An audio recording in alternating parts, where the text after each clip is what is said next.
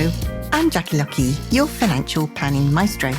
This series of podcasts is aimed at financial planning professionals and also those who are looking to enter the financial planning profession.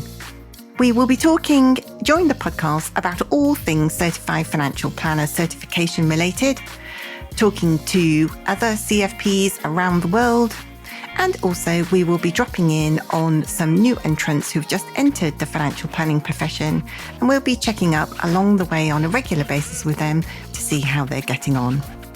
I hope you enjoy today's podcast.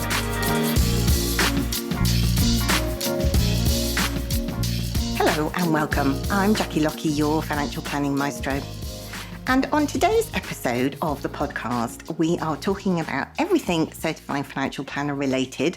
And I have a very special guest with me, and that is Natalie Norman, who is a certified financial planner and also a chartered financial planner now with Brooke Financial Advice. Welcome, Natalie. Hello. Thanks for joining me today. You're very welcome. We have lots to get through, don't we? I want to delve into your journey of how you became a certified financial planner in one moment. But before all of that, I'd like you to just give us a little whirlwind stop of how you got into the financial planning profession. Gosh, okay. It's a bit of a long story. I started off my career as a dance teacher. I taught for 15 years at a dance school I'd been at since the age of 3.5. And it was all, loved it, thought I'd never doing anything else. But when I became a mum, it was the perfect job for the first few years of their life because I was home all day and they just went off to, I just went off to work for a few hours in the evening and at the weekend, and then dad and grandparents got to be with the children. But when my eldest started school, I think I did 6 weeks. I lasted 6 weeks before I realised I didn't want to do it anymore. I didn't like the idea of picking up from school and going straight to work. And so I quite quickly decided I needed to make a change. So I was fortunate enough, husband had a good job, so I stopped teaching, was a stay-at-home mum for a year. Had another baby, but then after a year of being a stay-at-home mum, realised I couldn't do just that either. I needed to do something for me. And really, I got into financial services quite by accident because a friend of mine who had a little girl the same age as my youngest son, I used to see him at the school gates. I knew he had his own business, and I basically begged him for a job. So he was a financial advisor, and I just said, I'm looking for part-time work. I'd done admin roles before, was happy to just do an admin role, ringing up for fund values and scanning the post and things. And he basically found me a job 2 days a week, and that's what I did. So I started off in financial services as right at the bottom, just kind of getting, sending letters of authority off and those sorts of things, and getting the coffee, skipping the post. But and I think they had a young girl apprentice who was going to do her very first exam, CF1, and I'd probably been there a few months by this point. And I kind of, looked over the desk going, what's that then? What are you doing? And I said, what? I fancy having a go at that, learning a bit more about the industry. And so that was it. That was the start of it, really. I did my CF1. And then after I'd done that exam, I decided to do another one. And then I did another one. And then as I kind of, people left and moved around within the business. And so I took on a few more roles. I started getting into the fund research a bit more. Started looking at all the analytics of how funds were performing against their benchmarks and things like that. And then eventually went into a paraplanning role, and really got into the full research and the full advice cycle and everything like that. And after a little while, one or two of the advisors started coming to me saying, I've got this client, what do you think? What do you think I should do? And so because I was writing all the reports for the advisors, I kind of was really, really quite involved in that that advice part of it. Mm. And after a little while, I thought, you know what, I wonder if I could do this as a job. I'd always been quite good with people and enjoyed, chatting to people. I wasn't really worried about that side of it. I thought, I wonder if I could do it. So then I decided I was going to get my full diploma, set myself a 12-month time scale to do it. This is whilst being a mum of 3 children. Oh, wow. So I got my full kind of, my 6 exams I think I got to do within all the RO1s. I started in the April and I got my diploma the following June. Wow. That's amazing, Natalie. And that was only in 2019. So I started it 2018, got qualified 2019, started advising later that year. And at the time, the company couldn't take me on as an advisor. They'd already got 6. So I had no choice but to kind of leave and go somewhere else as a trainee advisor. And then about 6 months after I'd left, my friend, who was a partner in the business, who got me my first job in the industry, rang me up and said, I'm leaving the practice. I'm going to start a new one. I'm going to join SJP and start a new practice. Do you want to come? And that was it. And we've been back working together since 2020. Wow. It's never what you know, is it? It's always who you know. I've never been happier. So it's great. Fantastic. That's fantastic. And tell me a little bit about how CFP and Chartered came across your doorstep. I think once I'd done the diploma, I think, when you get into study mode and your head's kind of in that space, I knew quite quickly I wanted to keep going until I got chartered. I think I kind of had a feeling that at some point in the industry, it may head that way, where, more people may be encouraged to get that sort of level. And I just thought, I might as well just get it done while I'm still in the zone. Yes. And while I was still building up clients as well. So I obviously was very new in the industry and only just starting out building up my client bank. So I thought, well, I'm not overly busy with clients. I might as well get the studying bit done. Wow. You are one lady who doesn't sit still. Gosh. So let's talk about your journey specifically to CFP. So did you sit the level 6 exam? So I sat the level 6 exam, okay. and really that one, I didn't find that too much difficulty at all. In fact, I think I only studied for about 4 weeks. But I really studied for 4 weeks. I put a lot of time aside. And I think I blocked the last 2 weeks out of my diary completely just to really study and concentrate. And I think I did the DB pension transfer exam earlier in the year.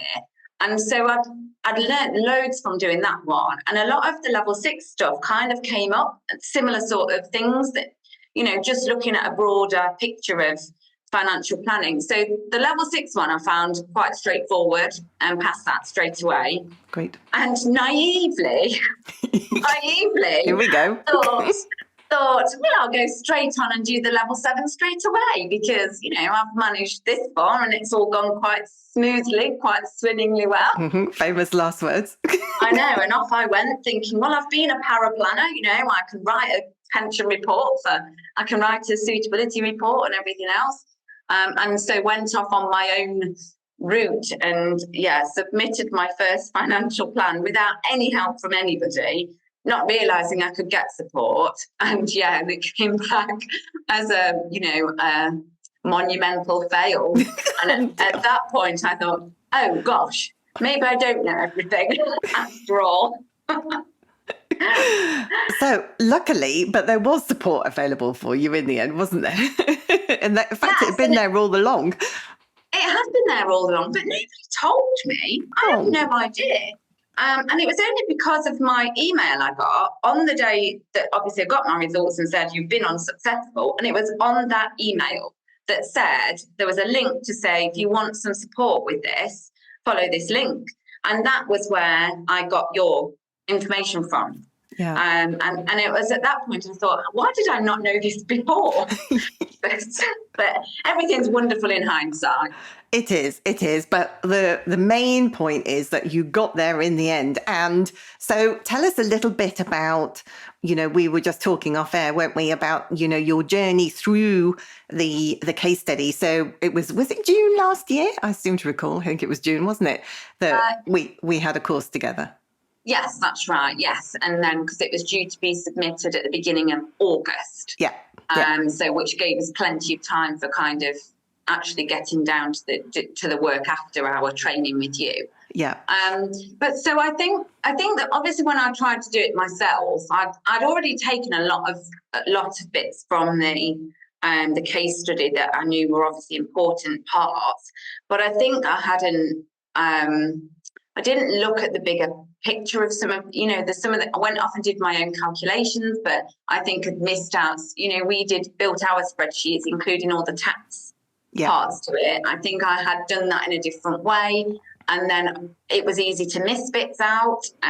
So I think when I found the training and I booked straight on your fast track course, there was once I knew it was there, I booked straight on and thought, right.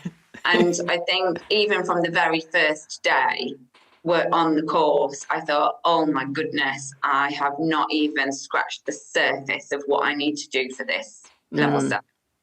And a little bird tells me that your favourite subject is now assumptions. Oh yeah, yeah. Well, yeah, it's the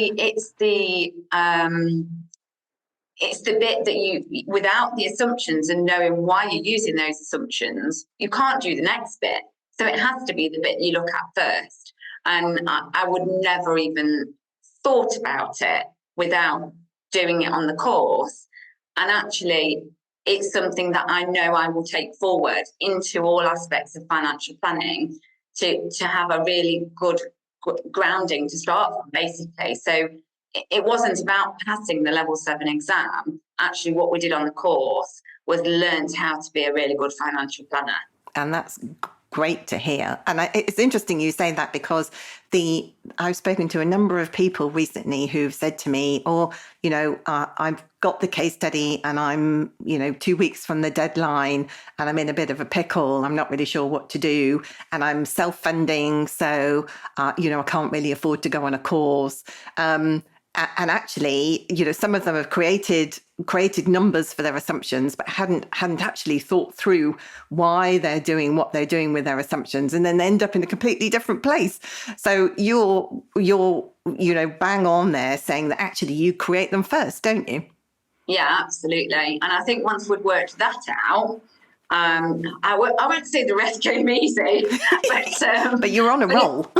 Yeah, it certainly gave you, it backed up all the decisions you made from then on. Yeah. The other parts of the course and the case study, where were the other stumbling blocks for you personally? Oh gosh, I think one of the things I remember, the first day we started building the spreadsheets with you, I think that was the day I felt most overwhelmed, because it was Excel spreadsheets on, I don't know, on just a totally different level. I'd been using Excel spreadsheets for a long time, basically, using the sum, functions, not really ever having done the if statements and all the rest of it. And so I had a very, very basic level of Excel knowledge. And then that day doing the Excel spreadsheets and building them, I was just thought, oh my God, I found it really overwhelming. And I do remember sitting on one of our calls crying. I can remember saying to you, you just take it at your pace, though, didn't we? We took it at your pace and, you got your head round one bit at a time and then you were off and flying. Yeah, and I think that was the main thing. The one thing that really stuck with me from you, Jackie, particularly, is that you always just kept saying we could do it. You never said, you just kind of said, take your time, do it at your own pace. You'll get there. You're more than capable. And that was the thing that I kept hearing. I could do it. I could, that came from you telling us that we could do it and we were capable. And I think I had to just keep telling myself that when I felt overwhelmed, that actually, just break it down. And what I did was every, training video I went through, I wrote it down in English myself. So I wrote down exactly all those long formulas that we put in the Excel. I just wrote it down in my notes. So I understood what the formula meant and why I was putting it in. And I think once I started to understand what I was putting in and it made sense to me, that really helped me get to grips with it a lot more. And I think that was the hardest bit, was working methodically through those spreadsheets, and that took the longest time. But once you got to the end of that, the other bits and the duplicating them and the goal seeks and things like that were actually really easy, and you could start to manipulate them around like what you think you were going to recommend. And actually you could change them really easily at the click of a button then. That was the longest and the hardest bit, I think, building those spreadsheets. Yeah, I think, but you're right. You're right, exactly right, in that you've got to put that hard work in and in the early stages so that you understand exactly what you're doing and how to manipulate those spreadsheets. And then again, quite often people say to me, well, why are you pulling it through to the other spreadsheets from one sheet to another and all the rest of it? And it's because we can change it easily, can't we? And duplicating it and all the rest of it, it's just kind of getting your head around logistics. And I think sometimes it feels like, a lesson in, can I use Excel properly, rather than a lesson in, I want to be a financial planner. But you've got to get past that bit, haven't you, onto the kind of good bits, if you like. Yeah, because once you've built them, you can use them in the real world. You can use them for clients. You just change the data, and they can be reused. And I just think they're really accurate, and you can see. You can see where the tax bits pulled through. You can see where the national insurance bits pulled through. And, you have, by changing the amount they start with, how that reflects the whole, and pulls through the whole bit. So it's, I think I did spend a really long time doing the basic the basic spreadsheet for the before. And I think we'd well finished the course before I duplicated anything, because I just got to the point I thought, I want to be really confident and comfortable. I've done the first one as I want it before I start duplicating, because I thought, I don't want to make any changes to it once I started duplicating it. Well, we did talk about making changes afterwards, didn't we? And what a nightmare it can be. So you did exactly the right thing. Everybody does work at a different pace. And it's funny, isn't it, how you kind of think, you can go from, feeling quite overwhelmed and that, it's all a bit alien. And then all of a sudden, you're working your way through and your brain is processing it. And then you're just off and running. And it's great to hear that you took the time and you took the advice and the support that was available. And, and you were successful in the end, weren't you? Which is a fantastic thing. Yeah, I mean, even that was quite stressful, because when I got my results back, and I think I told you this, I think I scored something like 76% overall, but I'd got one section that was I'd scored 50% in, and you need 51 in all, in every section. But I think the thing about this financial plan and the case study is you can interpret it different to another person. And I think the way I had interpreted some of the words used in the case study were maybe different to the person that had marked my plan. But actually, when I kind of put my case forward and this is how I interpreted this bit, so that's what I've based my recommendations on. Actually, when I think they read it and read where I was coming from, it just came back and they'd agreed with me that obviously I'd looked at it from it. So there's nothing to say that one way is the same for everybody.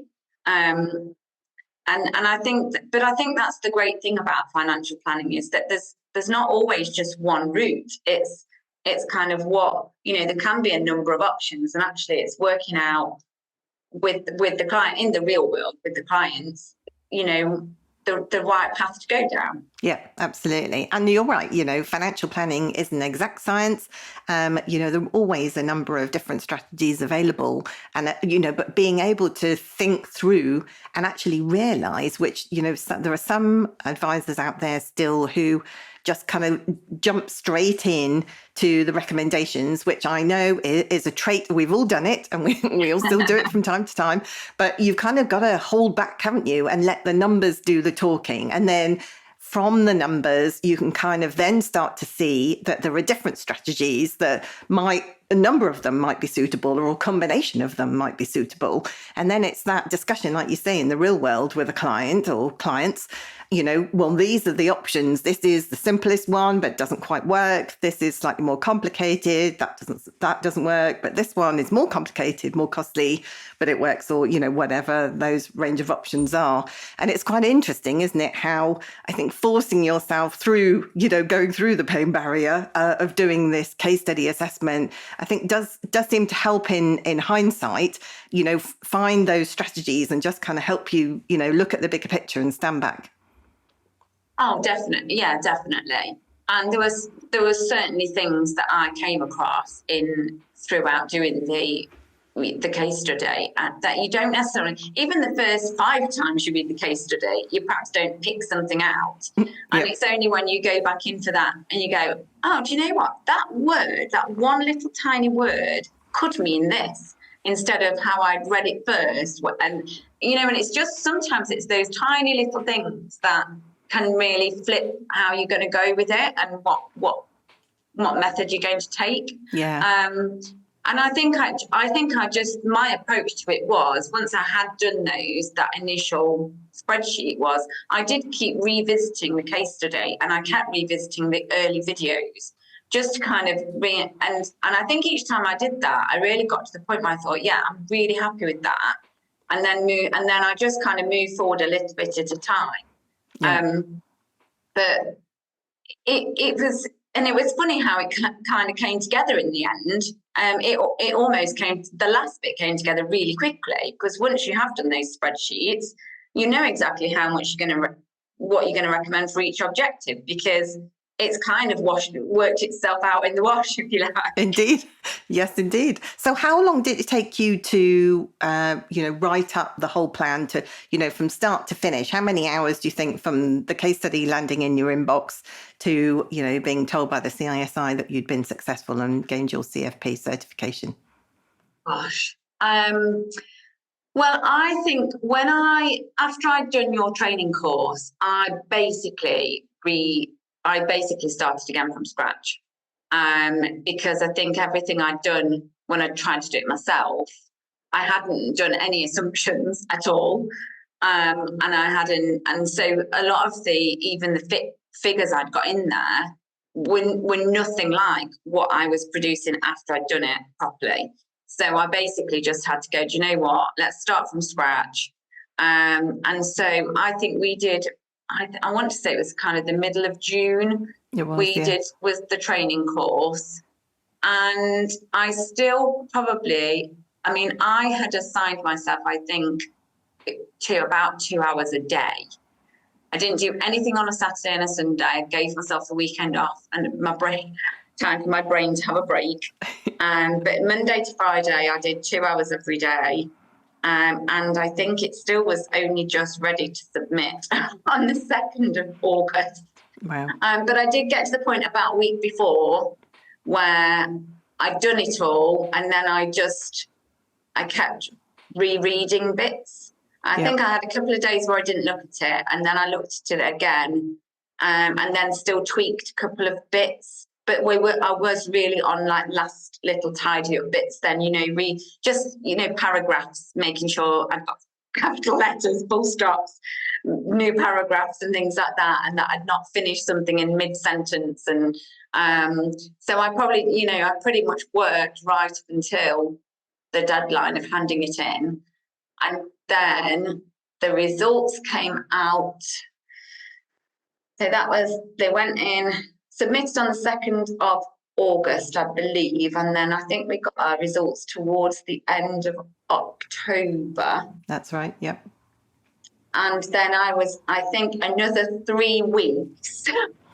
Of waiting. When I got my results and I look, obviously just failed by this 1 percentage point in one section, I was absolutely devastated.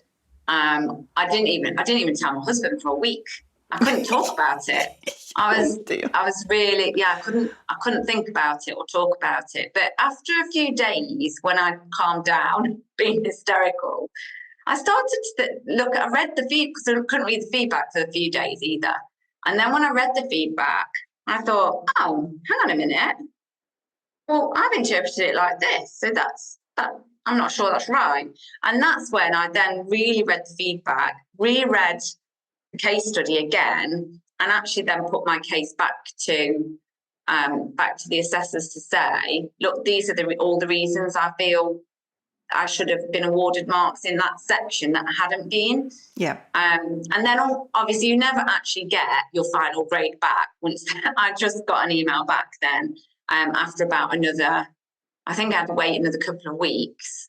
And then it just came back to say I'd been successful. So I never actually got which bit where they'd awarded me the extra marks or. Hey, I don't care. Don't knock it. You got exactly. it. Exactly. I didn't care by that point. I was just so relieved. I thought, oh, thank God for that. I haven't got to do it again. Oh, fantastic. And I think my real worry actually was, I don't know what I'd change. I was so happy. I was so confident. That was how I wanted it, what I'd submitted was how I wanted it to be. I didn't submit it thinking, I'm not sure about that section. Yep. I'd submitted it confident that I'd looked at all the areas and that would have been my advice. So I think that was, the thought of having to redo it I would have really struggled with what to change. Yes. So I was in the end, I was just so glad that it just came back and they'd taken my points on board and I passed. So, phew, champagne all round.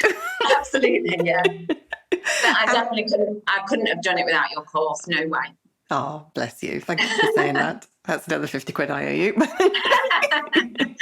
Yeah, but I mean that truly. Tell me now, looking back over the journey, how has it changed you as a financial planner? What kind of changes have you made in your business and, in the advice process that you give?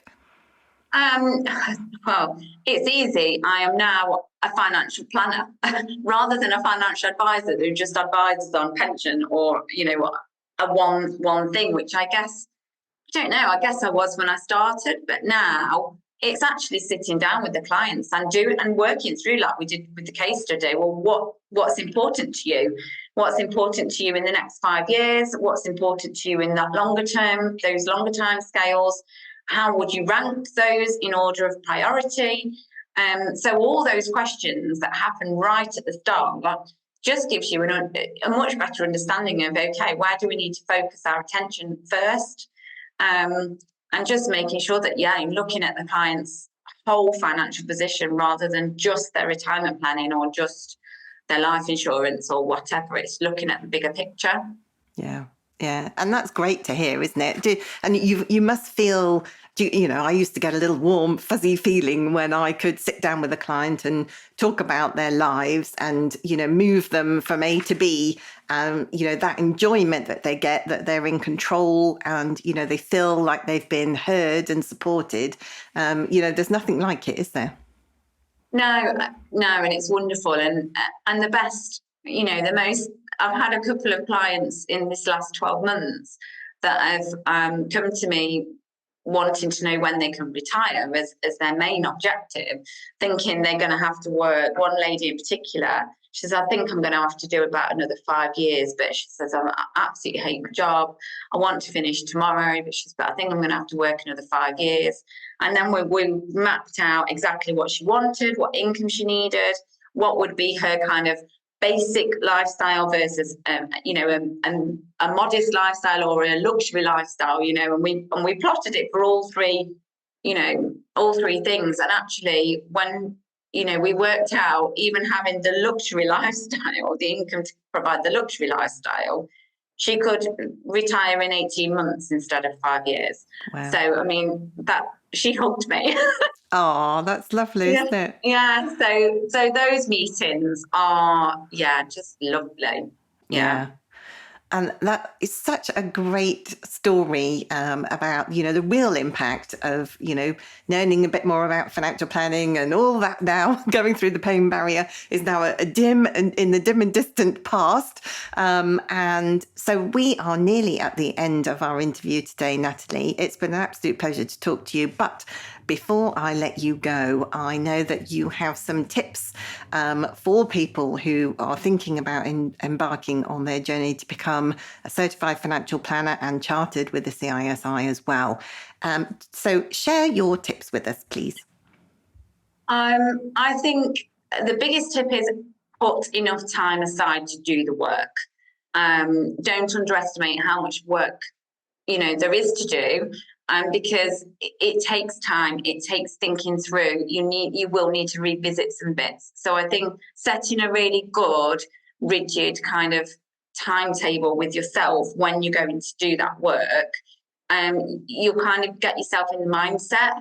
So mine was always first thing in the morning. I'm always better first thing in the morning. So those first 2 hours in the morning was when I got my head in gear. And you kind of need the first half an hour to get back into where you were yesterday, and then a good kind of hour and a half to make progress. So I think that's the biggest tip, just put enough time aside. And then just don't beat yourself up. Just take your time, work at your own pace, know that you're going to get there in the end, and get as much help as you can. There is, your course, Jackie, was a lifesaver, and it was, it was a really intense course, but we learned a lot. And if there's help out there, just get as much help as you can. Yeah. It's congratulations once again. I am so proud of you from meeting you on that very first day on the course, right through to seeing you flourish as a financial planner and gain so much more confidence as we've gone through that pain barrier together.